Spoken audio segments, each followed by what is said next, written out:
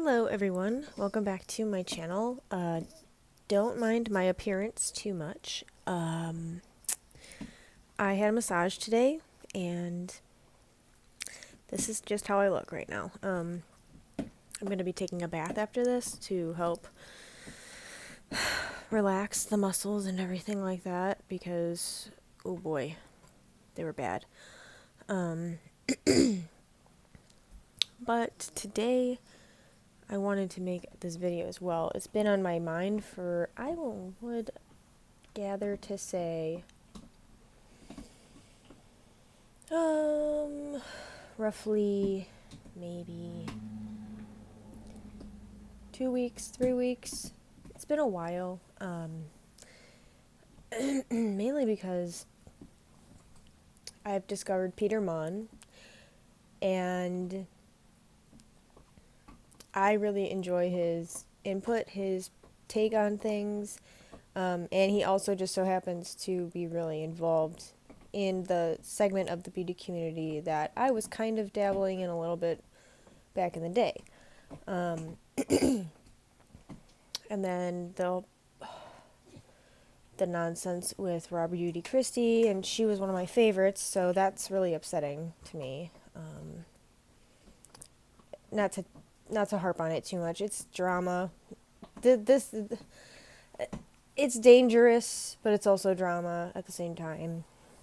This particular section of all the crap that's going on, all the allegations against James Charles and whatever. I don't have an emotional attachment to any of these people, so Christy was the one that I liked the most out of all of these problematic YouTubers, but I didn't even know.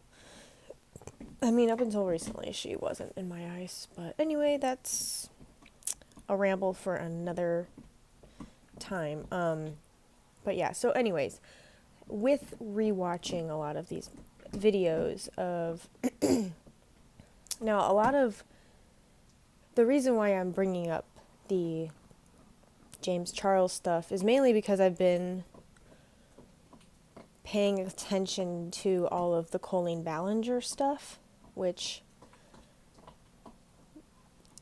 I hate to say that it is now like a hyper focus for me, but it's like it's like, I guess you could describe it as a soap opera in a way. Unfortunately, it's real life, so I'm not like. But for me, I enjoy. It's kind of like people who enjoy reading about serial killers and stuff like that. It's something that they are actively. It's like they're studying them. Does that make sense? Like, I do this as more of like. I view it more as like a social experiment. Experiment isn't the right word, but I think you guys might know what I mean. I don't know. This is going to be a rambly, chatty one, so I don't really have any like bullet points that I want to talk about, so hopefully all of my thoughts will coalesce into a cohesive process at some point, but I can't guarantee that it will. So, anyway, with that being said, I wanted to talk about back in the day when I was involved in the beauty community. Involved as in, like, I followed it closely. I spent way too much money. I wanted to be my own review channel. I eventually, like, it was... I was trying to find myself, basically. And I did it in a very unhealthy way. So, you know, there's that. I would literally like spend a lot of money on that I didn't have, on a lot of makeup that I didn't need.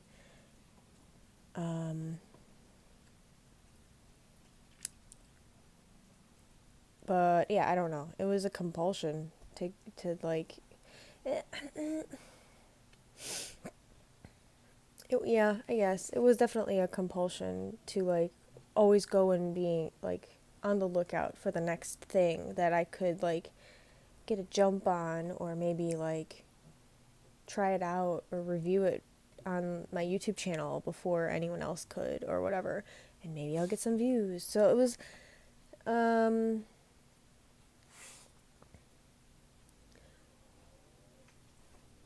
it was very problematic in that I kind of sold myself out to make these videos that nobody fucking watched because I only had,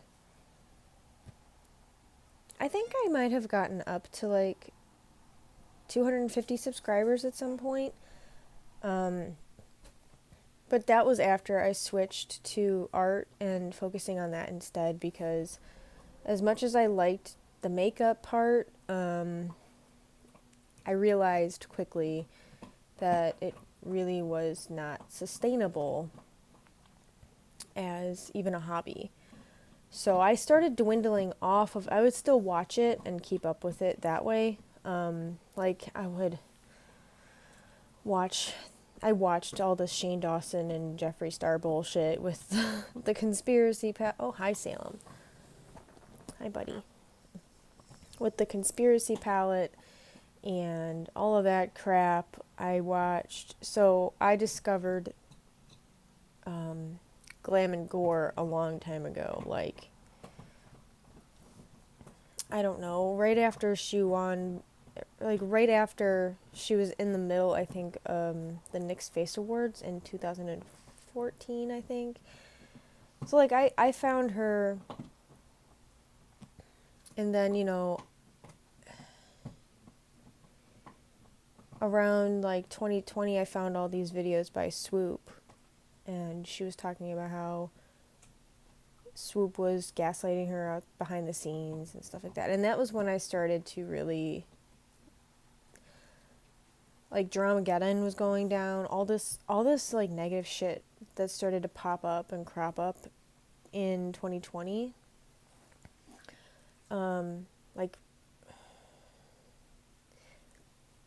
Like not long after Nikki Tutorials, I think she got called out or outed by somebody for being transgender. I don't really remember all of that. It was not long before 2020, but 2020 really did a number on my brain. So a lot of my memories prior to 2020 are kind of fuzzy as far as years and chronological order and stuff like that. But yeah, once all that started to go down, and then on top of all of the news that I was watching and the coverage on COVID and how the president at the time was handling the situation, or not, however you wanna, you know, whatever. He and then like just all of the back and forth, and I was working at a restaurant and I was trying to make it through customer service during this time, and let me just tell you that it was very, very, very difficult. And between that and everything else that happened, and then I think my mom had gotten surgery and she was acting really differently because of the medication she was on. So she was she was triggering me in a way that I didn't even know could possibly be happening. I might have I think I might have briefly, oops, don't worry about it. It just scared me. I might have spoken about it in a video previously. I don't remember. But in any case, it's not that important. Yeah,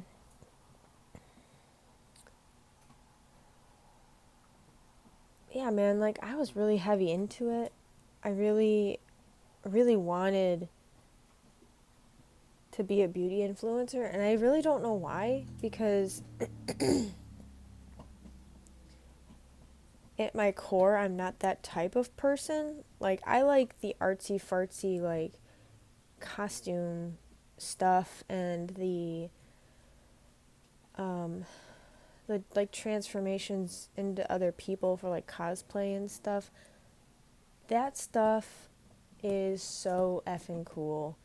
And then like the the creative shoots that they did, like the Nick's Face Awards, for example, those are prime examples of the creativity that can be done with makeup. And that stuff is what intrigued me, and that's the kind of thing that I wanted to do. But it wasn't until I had completely removed myself from all of it, all at once. I said, you know what? No, fuck it. I am unsubscribing from every beauty YouTuber for the foreseeable future. And if I feel up to it, maybe somewhere down the line,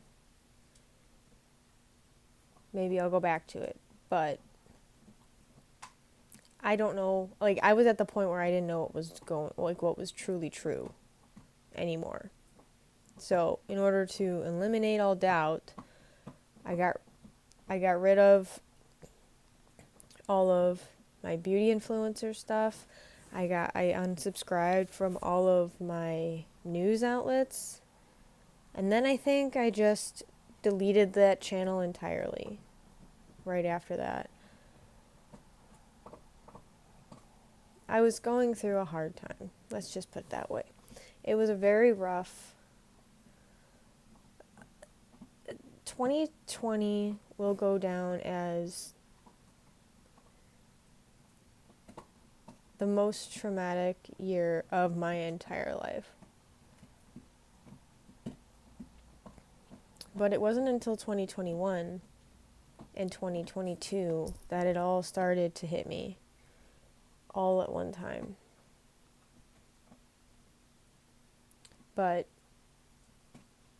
I'm off topic already. This is about the beauty industry.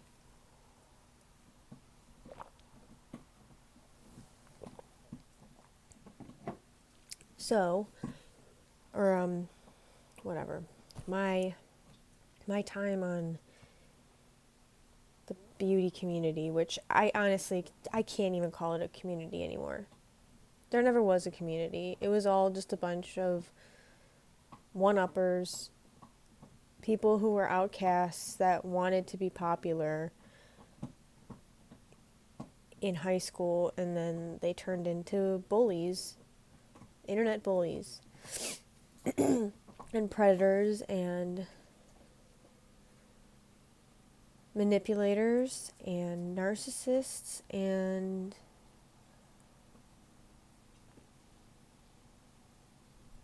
it's really very sad, actually. The more that I think about it, the more sad I am for myself. Oops, sorry if that hit the mic. Because I realized that I was absorbed into this toxic community. And I was absorbed in it incredibly hard. Like, highly absorbed.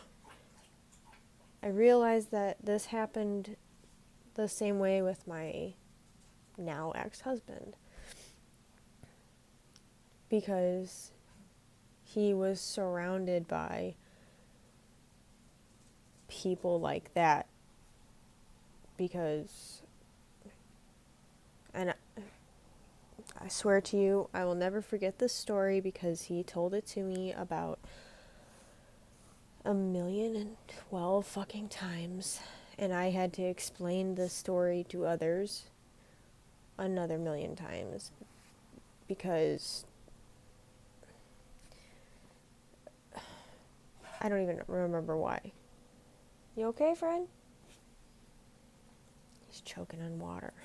Hi, Salem. But, he lived in Hollywood, and he was a working actor. And it's true, he was. I mean, I'm not going to promote it, but there are, There were nationwide running commercials. He's in them, and I mean, they're from the 90s, but it's whatever, like, they're real. The fact is, he wasn't lying about that.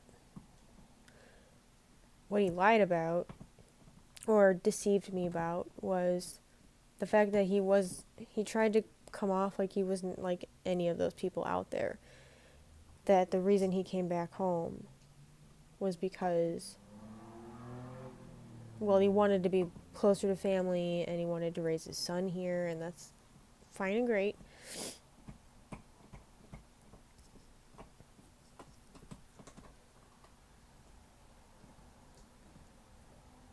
But I think the problem was he couldn't, a lot, I don't know. I'm speculating, of course.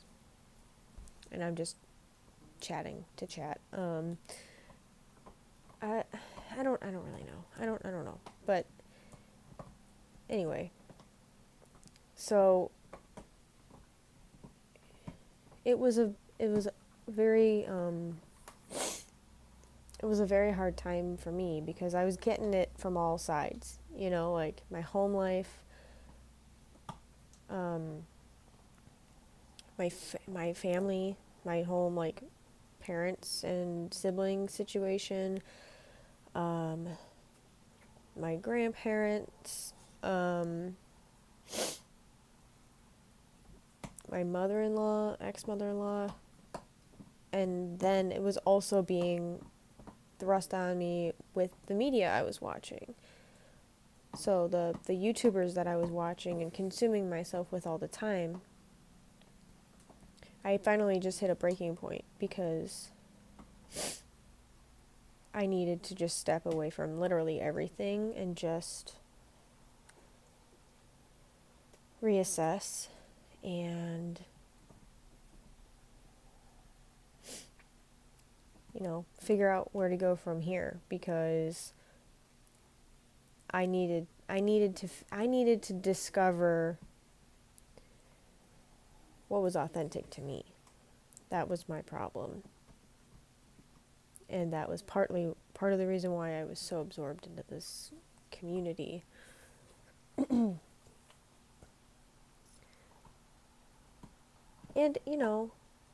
the problem also was I first fell upon the beauty community, or the makeup artist community, when you had Queen of Blending, Wayne Goss, Claire de Lise art,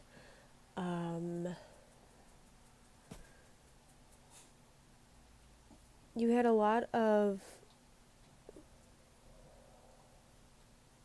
real makeup artists online. Oh man, what was his name? I can't remember. Fred, stop looking.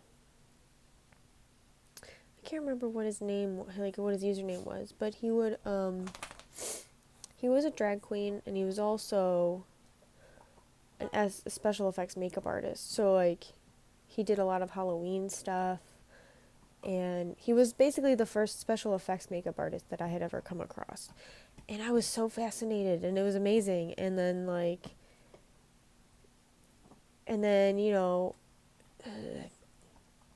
so like, what, 2010, 4, 5, 6 years later, I stumble upon Glam and Gore, but the difference was he was more real. Like, she seemed real too, but I was also at a different point in my life where I wasn't really, I don't know, I couldn't really tell if she was contrived or not. I think it was just because of, like, who I was around all the time, and I was still going to school, so I was surrounded by people younger than me all the time, so it didn't really, like,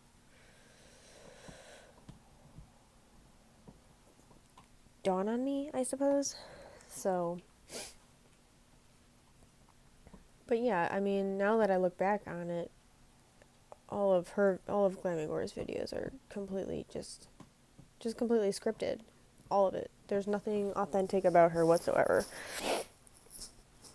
And it's sad. Oh boy. Excuse me, my allergies have been nonstop today. I've even taken medication for it, and it's just not happening. Not at all. But but yeah, those earlier YouTubers were literally just like Pat McGrath. Who's heard her name in like the last 5 or 6 years? Nobody. Nobody talks about Pat McGrath anymore.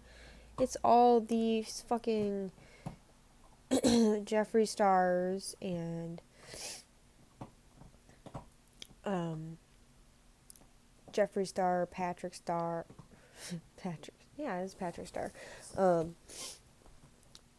Like I don't know. I long for the old days when, you could sit there and watch a makeup tutorial, and that was all it was. Now, I will say everyone used a ton of MAC, so it was kind of like, almost like promotion for MAC. And now you never see MAC at all on anything, which is crazy to me. Not that I, care so much, because MAC is expensive, and I did splurge on MAC a lot when I was younger. But that was never like, I don't think it was ever sponsored or anything like that. I think that was just the professional makeup artists. That's what they used at the time. So that's what they used in their videos too, to teach the public. So I wish it was back to that. And now it's just turned into a petty argument full of emotionally immature millennials. Honestly, for the most part, they're all in their 30s. Pardon me. I'm so sorry if that's so loud. I can't tell. But yeah, emotionally immature millennials and some Gen Zers who just don't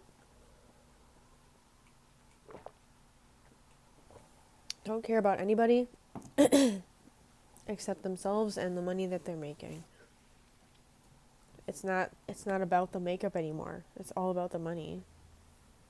And that's what I had to realize, and I had to learn it the hard way. But I learned it. I don't know. I hope this video was interesting to some degree. It's just something that's been on my mind for a while, and I kind of wanted just to have an open discussion about it. If you're in a similar position to me, let me know in the comments below. I'd really be interested to hear what everyone has to say about this topic. Excuse me. I don't know what I was going to say, but yeah. Man, my allergies are killing me now. I'm starting to sniffle. Ugh. Okay, but anyway, yeah, if you guys, yeah, I don't know. Let me know down in the comments what you think, if you have any comments or input on, this type of video. I don't know, it's just, I like to just sit down and talk at the camera. I prefer those. I'm a big fan of those types of videos, so, since I'm, kind of not really into, I don't really like to edit, to be honest with you. As much as I love to make art videos, it's kind of it's a hassle that I don't really want to have to deal with. So, for the time being. But yeah. Alright, I'll talk to you guys in the next one. See ya. Bye.